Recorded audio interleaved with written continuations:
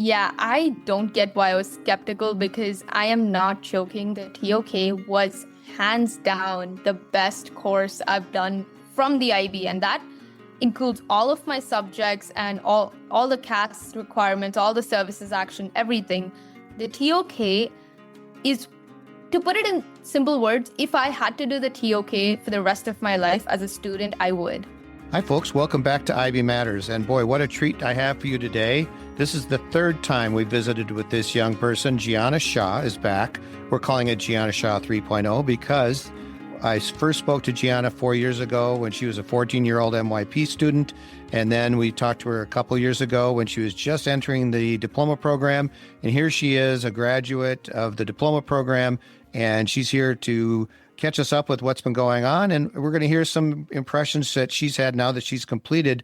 If I'm not mistaken, Jiana, you've been an IB student your whole life, all the way from PYP. Is that right? Yeah, that's true. I mean, ever since kindergarten, I even did the EYP. So Yeah. It kind of feels weird to not be a part of the IB anymore. Yeah. Well, this is a rare treat for us, a rare occasion for us to be able to hear from a student that's been in the IB all the way through.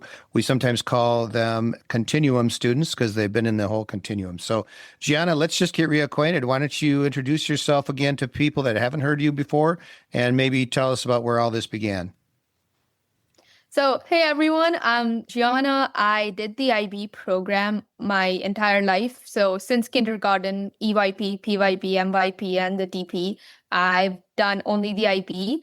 I've had, oh boy, what a roller coaster ride with this specific program. If you go back and listen to, I think, a 14-year-old and a 16-year-old Gianna, you'll see how excited she was about the MYP and then the DP and just overall what the IB entails when you say that you're a continuum student. But yeah, I'm super excited to speak to John today, as well as you guys, give you a perspective on what students think about the IB and what my impressions were going into DP and what my impressions now are once now that I've graduated. So yeah, super excited to speak to everyone today. And yeah, John and I, we've been in touch sporadically over the last, I think, 4 years. So in a way, you guys have also seen my IB journey, and I hope that I can give you some perspective from a student's point of view. That's great. Thank you. So remind folks where you're located and what school you went to or schools you went to. Yeah, so I've been in one school my entire life. I went to Fountainhead School. It's in the western part of India, and it had all 4 programs, essentially all the way from EYP to DP. I've been in the same school. So yeah, it's as much a part of my school life as it is when it comes to specifically being just an IB student. Yeah. So what other activities did you have besides school? What were your outside activities and interests? I would say there were like 2 big categories, and that was definitely one was debate and model UN, and the other was service. So I did a lot of debate competitions, model UN conferences. Eventually, I started chairing them, organizing them. I was the president of the debate and model UN club. And from a service point of view, I started a bunch of projects to help indigenous tribal members in my state. So we would conduct educational reform for workshops for students, and then also financial literacy programs were put in place for rural women who were looking to be small business owners. So yeah, I would say that was a huge part of my life outside of school when it came to extracurriculars. But more on the fun side, I also pursued filmmaking, and I made a bunch of films. I now run a media account because my school offered a Pearson BTech diploma in creative media. So that's another thing that I found out that, hey, I could be interested in this too. So yeah, those 3 I would say have taken up most of my time outside of school. Yeah. And so in school, what were the subjects that you were most engaged with?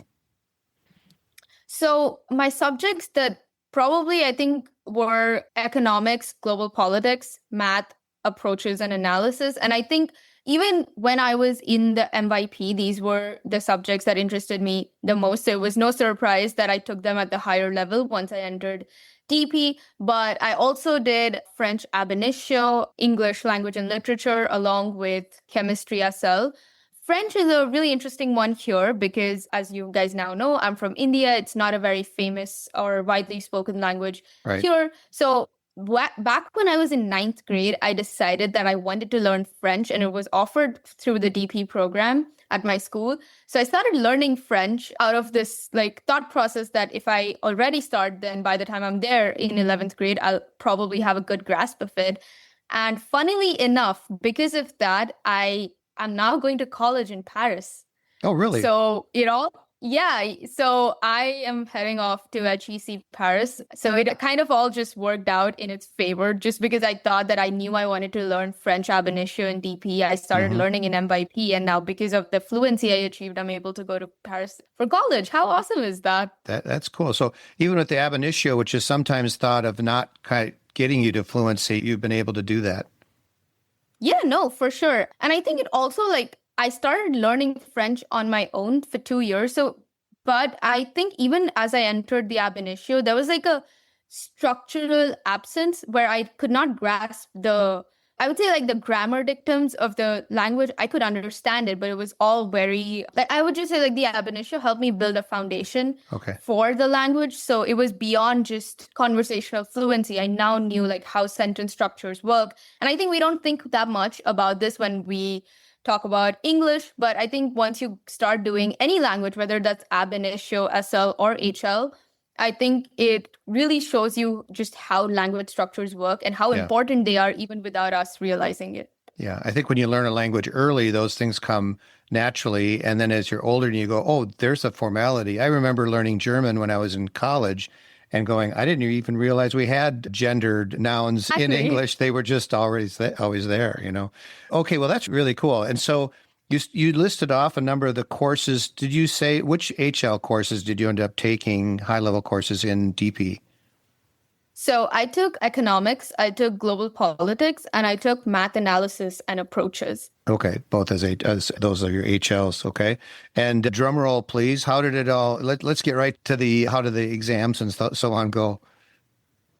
Yeah, they went pretty well. I mean, if any of our listeners here are teachers, they know just how tedious, especially math AAHL can be for students. So I'm going to be super honest. It took up like 70% of my time when it came to schoolwork because there were just so many exercises and concepts that we had to keep on revising. Global politics and economics, I thoroughly enjoyed. Those were subjects that it was exactly what I wanted to learn. And I was so happy that I could finally delve deeper into disciplines that I was genuinely interested in, because if everyone knows like MYP, you have to have a set number of subjects that you have to do. So that's another thing I really liked about the DP program, that I could just choose what I wanted to learn. And something people might not expect is that the hardest subject I had was chemistry SL, because I mean, if my HLs are any indication, I'm definitely a humanities student. I don't have a lot of interest in STEM outside of math. So when I had to choose chemistry SL because of like a scheduling conflict with the other choices I had, I was just, oh man, it was the hardest thing ever. So sometimes like you could expect students to say that, okay, one of my HLs was the hardest. For me, I know it, my friends know it, my parents know it. Chemistry SL and me, we just never got along. It was so bad, but I did learn a lot from it. But that's another thing in case you didn't know. Sometimes it's the SL that's hard. Trust me. I've used the term before on the podcast, but I talk about what IB does with the diplomas. It forces you to eat your educational vegetables. In other words, the things that maybe you didn't think you would have to choose or whatever. And I don't know if you knew this about me, but I was a chemistry teacher. And so when you say that, I don't take any offense at all. I totally understand it. And I was that student. I wasn't in IB because I didn't have it when I was young, but my educational vegetables were in the arts. And now as an adult, the arts are some of my favorite things to engage in. So I'm really glad I was forced to explore that. I'm not saying you'll end up having to be a chemistry person someday, but you basically get the idea. And you certainly can't pass an SL exam without a good grasp of the fundamentals. So congratulations to you on all of that. And so you did earn the diploma, I take it. Yes. Okay. Yes, I did. But, speaking of chemistry and like the example you were giving me about the arts. So during the chemistry internal assessment we had, I decided to do my entire IA on coffee beans and the roast acidity. And I'm a huge coffee lover. Like I will go and look at the batch, the blend, everything. So I kid you not, like when I started doing that IA, the amount of stuff I learned about coffee roasting specifically Mm-hmm. is something I still use to this day. I got a summer job as a barista, and I am not joking. Like people will think I'm saying this for the podcast, but I'm genuinely not joking. I use my IA stuff and the learnings I had from my internal assessment as a barista today to analyze whether the batch and the That's blend is cool. good or not. Yeah. I can So now yeah, with all I those, I completely can agree with picture what you you sitting in say. one of those cafes on a Paris street now, enjoying your cappuccino or whatever and going for it. That's cool. So, we've talked through kind of the nuts and bolts of your DP experience. Let's talk about kind of the lifestyle of a DP student. You mentioned how much time you spent on the hardest courses. Kind of those 2 years that, I mean, looking back on it, it probably feels like it went by in a flash, but in the middle of it, you would have had, all the time management things and your friendships and your outside activities. Can you summarize that for us in a few minutes? Just kind of how those years went for you? Yeah, sure. I mean, look, it is super hectic. IBDP is no joke. For any students listening, it does take a lot of your time. But if you know how to manage that time really well, you will actually enjoy doing most of this stuff. So my day would be kind of like I would come back from school. I would just chill for 2, 3 hours, kind of decompress, and then maybe do like one assignment here, one assignment there. I'm sorry to disappoint you, but I was not one of those people with like a solid schedule, like 3 hours of studying and then just a 15-minute break and all this. I was very go with the flow, just get things done by the time they're due. Mm-hmm. But I definitely think that if people are able to manage their time, it will work wonders for them because for the IB, as compared to other traditional modes of schooling, it's not just your assignments and your homework. You also have to do a couple of submissions. And sometimes even these assignments are kind of like wacky. They're not just simple papers that you have to write. Mm-hmm. So I would say like, it's time consuming, but it's not super, like it won't become your life if you know how to manage your time really well. I hung out with friends a lot. I went out a lot. I had vacations and whatnot. So it's definitely possible. Like if there's this impression that if you do the IB, that's all you're going to do, that's definitely not the case because we already spoke about this. I mean, I had so many extracurriculars outside of the IB too. So I think it just comes down to just being a little bit disciplined with your assignments and your submissions, especially the extended essay, IAs, etc. But otherwise, it's not that time consuming in the sense that it's not like all you're going to do. So Yeah. I think for me, what worked out was just knowing that, hey, I have this due. So maybe just being vigilant about when I want to do what with my day. So even if you have a loose structure like I did, I think that's fine. You don't need to have a solid like academic weapon kind of journey. Yeah. So yeah, I would say that's my take on that. Did you have some organizational tools that you used? It sounds like did you just keep the schedule in your head? You must have had some things written down or in some app or just your calendar. Yeah.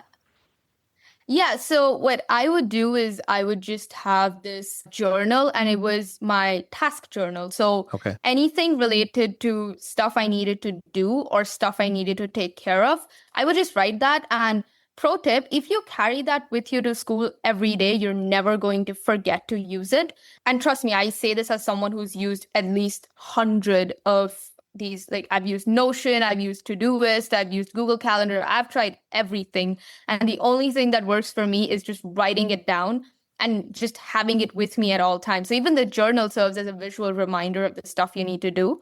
So that personally worked out really well for me. But I also had friends who would schedule their day on Google Calendar, even the breaks and whatnot that they were taking outside of work.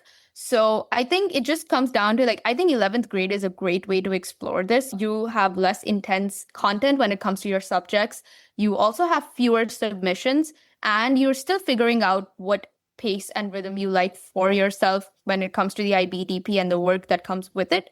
So I think 11th grade is a great way to figure out what kind of ecosystem works for you. But personally, for me, it was just this one fat diary that I had that I would just use to write all the stuff that either. So to that extent, I would also physically write the feedback I would get on my submissions from whether that be for the TOK, EE, or IA. And I think that just really helped me remember these discussions with my supervisors and then accordingly adjust my submissions. Okay. Yeah, that's really good advice. So let's talk a little bit about a couple of the things in the core. What was your extended essay? So my extended essay was on the social well-being of textile workers. So I'm from a city called Surat, and we are the largest textile manufacturers in the world. So we have a pretty big industry here, and my city is known for that. So I noticed that we had a lot of influx of laborers from other states of India who would come in.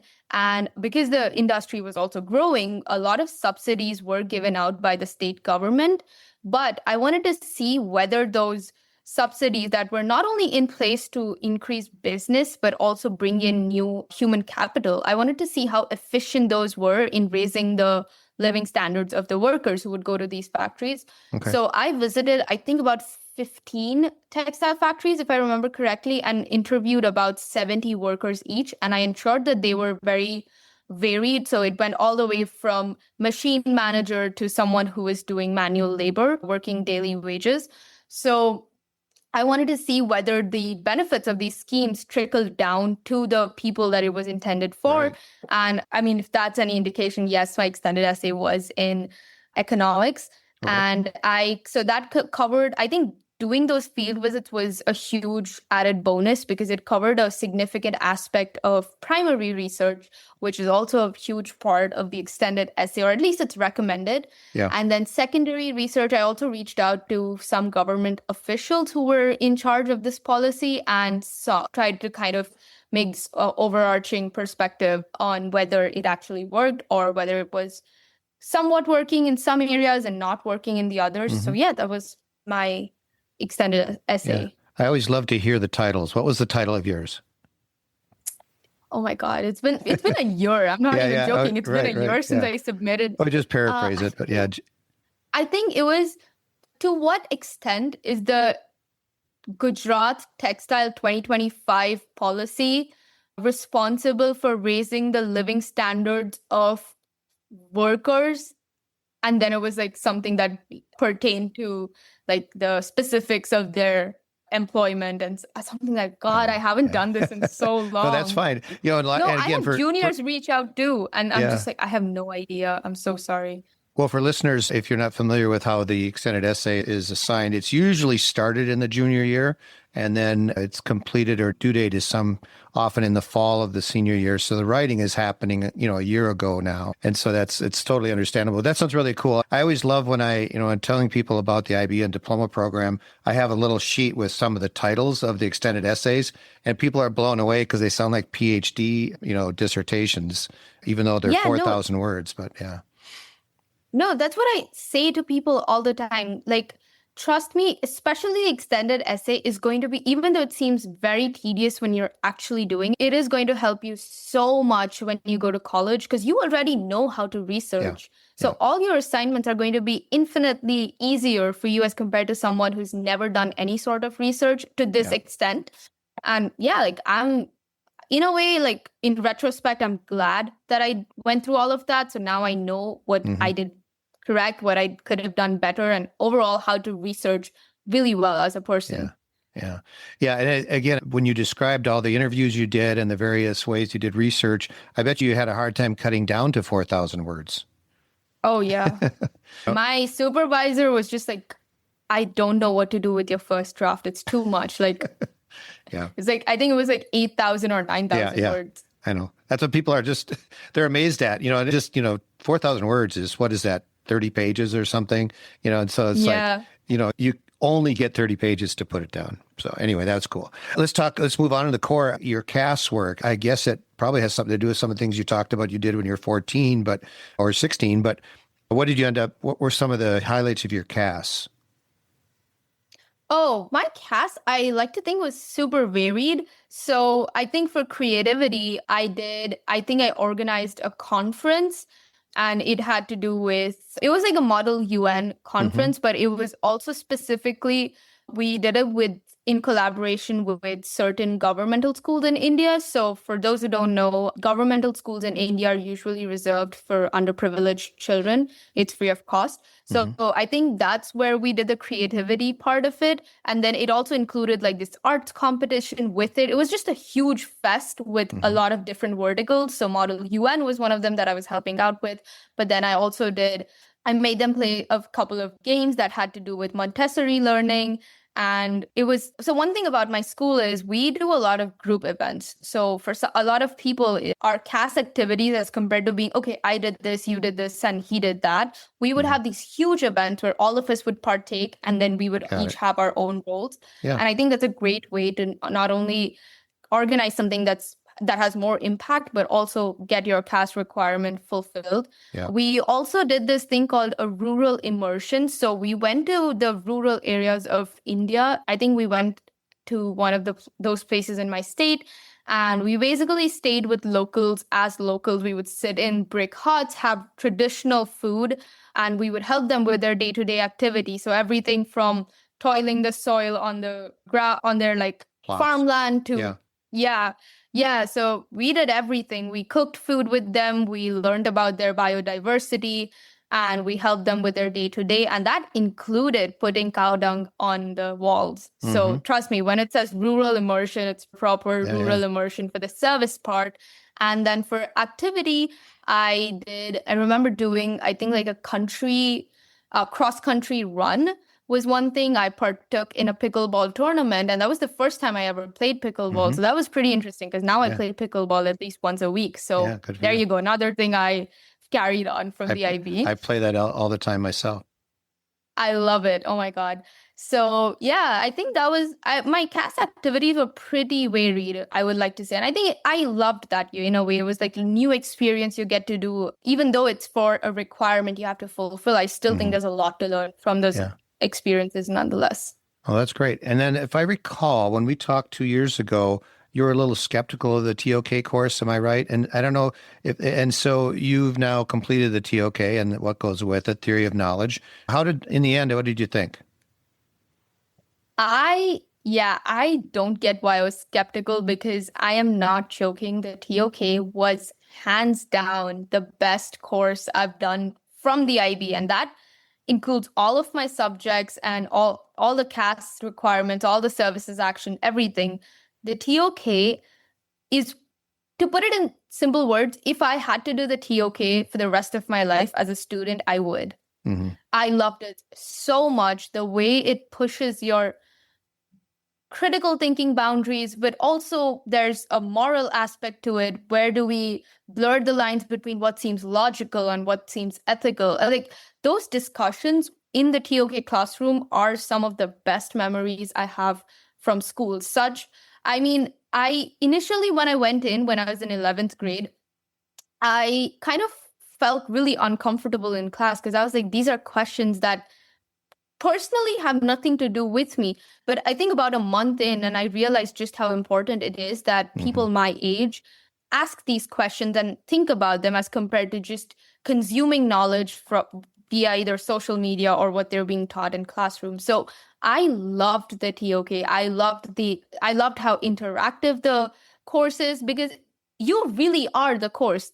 You can have all the material in the world, but if it's your thoughts and your opinions and those of your classmates and your supervisors that ultimately build the course to lead it to achieve what it's meant to do. So I really loved the TOK. I mean, even the exhibition and the report, those are the two components that we submit.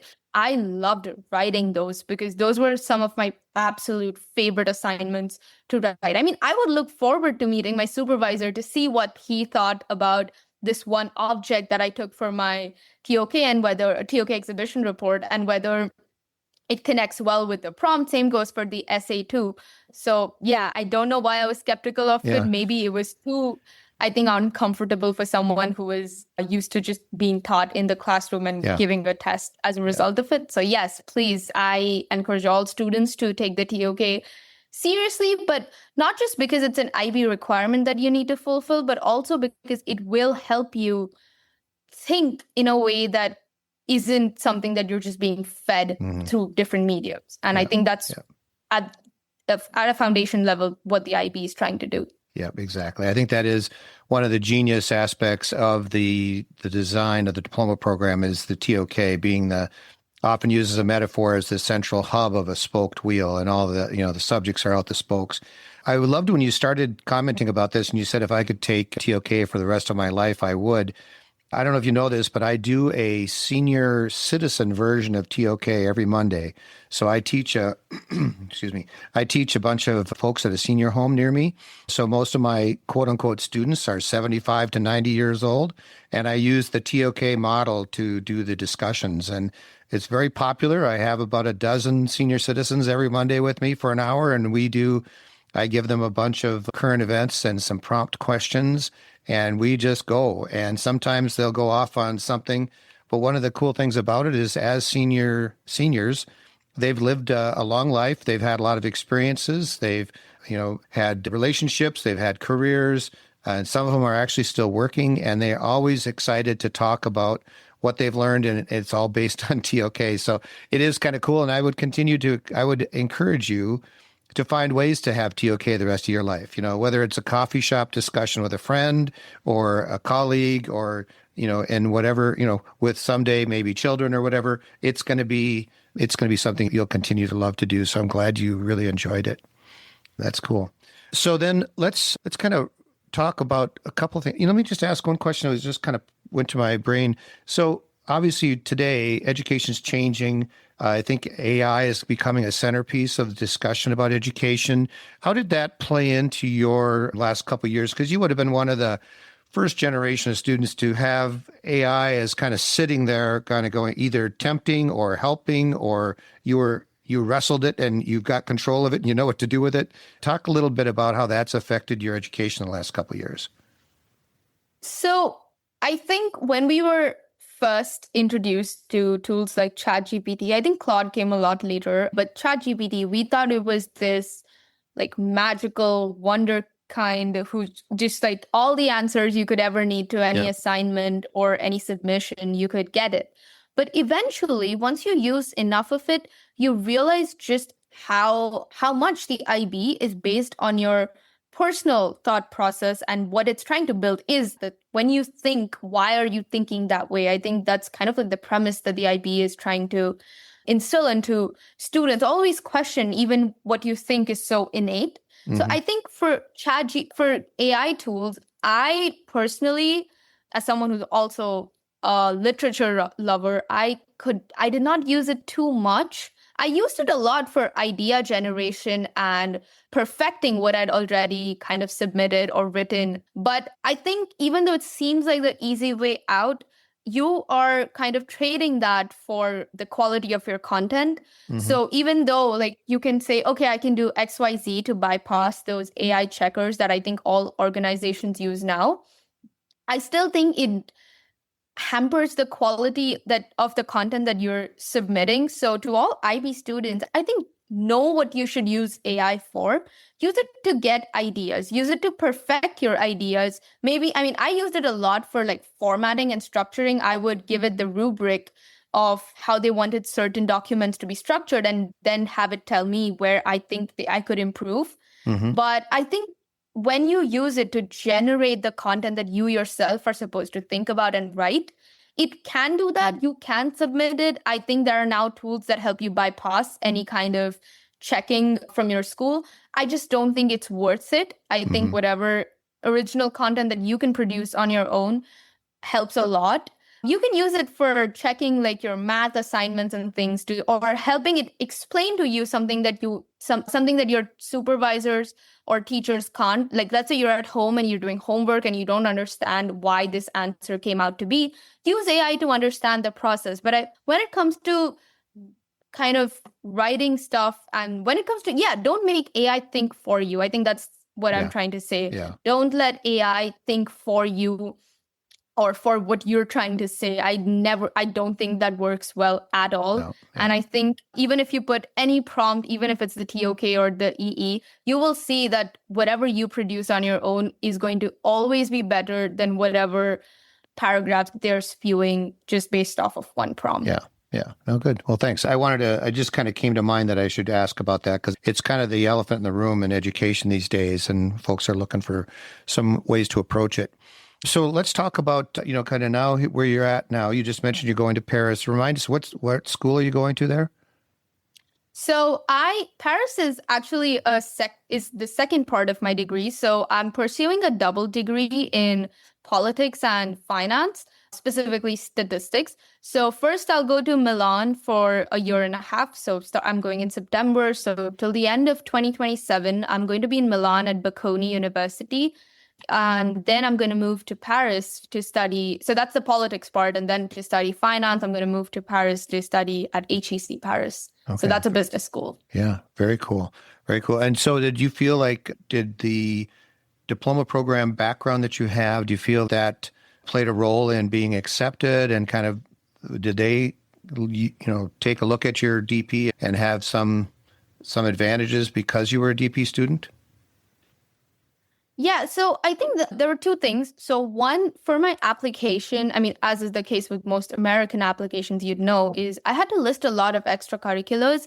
And coincidentally, a lot of those were things that I either started or considered as my CAS requirements. So that definitely helped out. I mean, they never expected someone who was studying finance, for that matter, to be working with indigenous tribal communities in my state. So I think that definitely helped. But I think more so than that aspect of it, we had to write this essay for what we want to get out of the program. And I think that's one of the best essays personally that I've ever written, because the program was so similar to what I did in the IB. There's a lot of domains to it. And I literally have a class called Critical Thinking 101, and it's for the entire duration of my course. Okay. So I think when I could tell them about what my last 4 years in high school have been and why I think this program would be a good continuation of that, I also think that played a huge part in my acceptance, apart from other metrics like grades and all. So yeah, I definitely think the IB helped a lot with the acceptance part of it. And more so than that, I feel prepared for college. I'm ready to tackle any assignments, research projects head on, because I've already been super comfortable in those areas. So now I know it's just taking it to a higher level as compared to starting anew. Yeah, that's great. So do you have any recommendations or any thoughts for people who are either thinking about going into the IB? And remember, your audience is global, so people from all over the world will be listening to this, not just students in your state. What do you recommend, or what thoughts do you have, or things I don't really like to use the word advice because it's just your own experience, but what would you say to people who are considering the IB or are in the middle of it? So a fair disclaimer, I'm just speaking as someone who did the IB, and that's not to say that I think the IB is better than other options available. But the reason my parents chose the IB and then I chose to continue with it all of these years was, again, coming back to, it makes you think in ways you wouldn't otherwise. I don't think students, in fact, realize just how much the IB shapes them, because I would never question, the IB taught me to question things, even though they may seem very obvious. I mean, the TOK plays a huge part there, just knowing how to think. And when you know how to think or think properly, I think it just kind of trickles down to all other aspects of your life as a student or just as a person. So the reason I recommend the IB to everyone is it is beyond just classroom learning that, again, becomes tests and tests become results. It's a lot more than that, even though, yes, that's a part of it. But I think the lessons you learn from doing all of this are kind of things you carry. I mean, it sounds cliche, but you do carry them for the rest of your life. I mean, I don't think I would be the person I am today if it weren't for the IB. So yeah, I would say go for it. But also, if that's something that you're comfortable with. Like I said, we also spoke about how time consuming it can be. So for others who are looking into, for example, I had a lot of friends leave the IB because they wanted to do entrance exams for engineering and medical colleges in India, and they're super tough. So it makes sense for them to leave the IB and just pursue the preparation of those exams.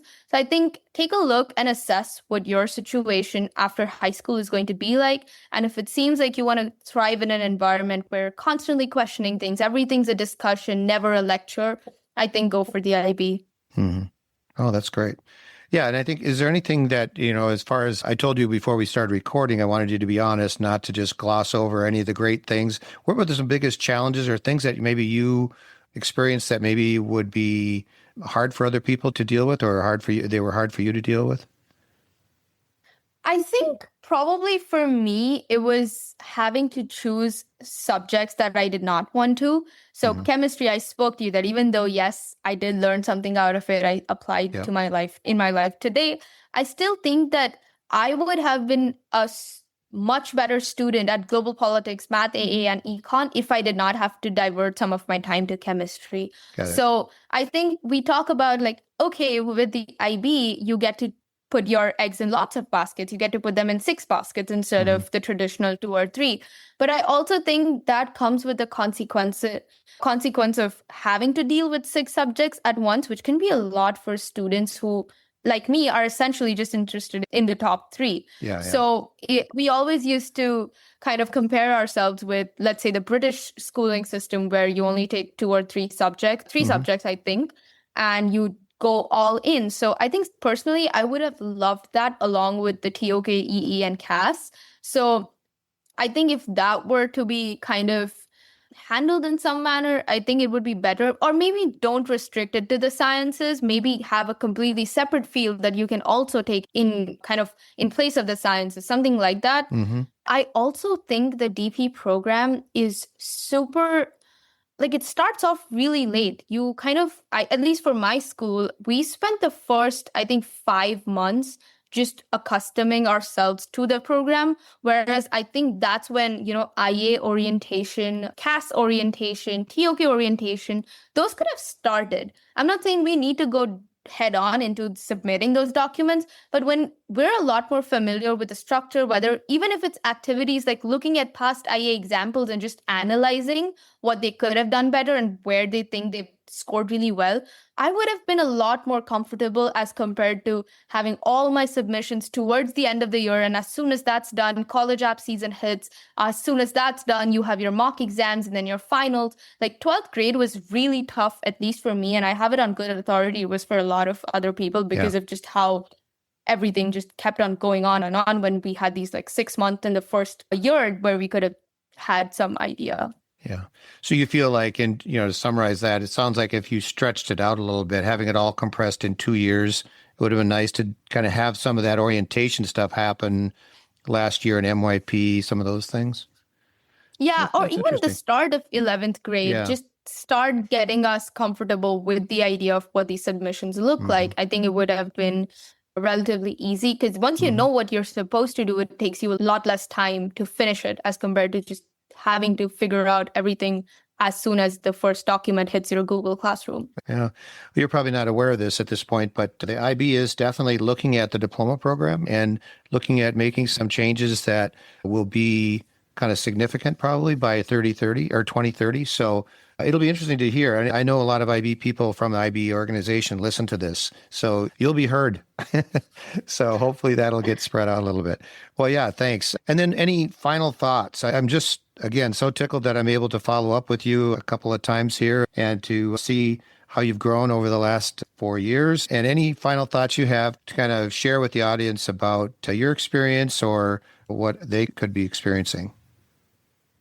Yeah, for sure. I mean, look, the IB, I mentioned this at the start of the podcast too. It's a roller coaster ride. Sometimes you're going to love what you're doing in class and love all these hands-on projects and presentations. And sometimes it's 3 a.m., you're at your desk and you're staring at a document, not knowing what you've just written for the past 2 hours and having to start at scratch when your supervisor meeting is the very next day.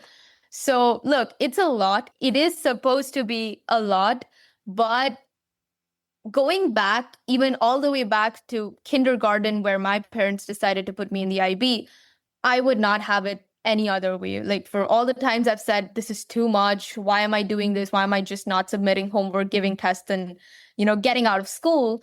I would not have it any other way. There are faults. There are some things that I wish I could have done differently. But overall, I genuinely think this was the best decision that I could have made when it came to my high school or just in general schooling. So yeah, I mean, I am a huge proponent of the IB, even despite all the little flaws it has. And parents, if you're listening to this, please go ahead and enroll your kids here if you think that's the right fit for them. It is one of, in my opinion, the best education systems you can have. And yeah, it teaches you how to be a great thinker. And I think there's nothing more important than that in today's world. So yeah. So that's what my IB journey has been like. Hopefully, I will continue putting those learnings into action as I head off to university and then become an adult. Yeah, I think you're well on your way to that. So, well, gosh, Jiana, thank you so much for coming back and talking to me again, and to everyone listening. They're going to just find this really enlightening. And I know as I share this with my colleagues in the IB organization, they're going to want to quote you many times, because you are a delight. You are a great young lady. And we are all looking forward to seeing what you do and how you change the world going ahead. So thanks again. Yes, thank you so much for having me. I was genuinely so happy to see that an email in my inbox. I was like, oh my God, this is going to be the perfect opportunity. I think going back, like if I had someone like this, like just see what their journey has been through, I think I would have found that really helpful too. So yes, thank you so much for having me. It's been a delight this time, and it's always been a delight speaking to you the past 2 times as well. Okay, well, thanks, Jiana. Thanks for listening. Please check out the podcast notes for links related to this episode. We've now have over 135 IB Matters episodes covering a wide range of subjects. To help you find topics of interest to you, use our podcast webpage linked in the notes. There's also a link in the notes to directly text us with comments, suggestions, or to let me know that you'd like to appear on a future episode of IB Matters. Find all our episodes wherever you get your podcasts and hit subscribe so you don't miss any future programs. Please note that we're migrating our social network presence away from X. Find us on Instagram at IB_Matters. Also, help spread the word about IB by liking, sharing, and reviewing the IB Matters links in your own feeds and social networks. Now in our 7th year, we've been heard in over 180 countries, a testament to the global reach of the IB.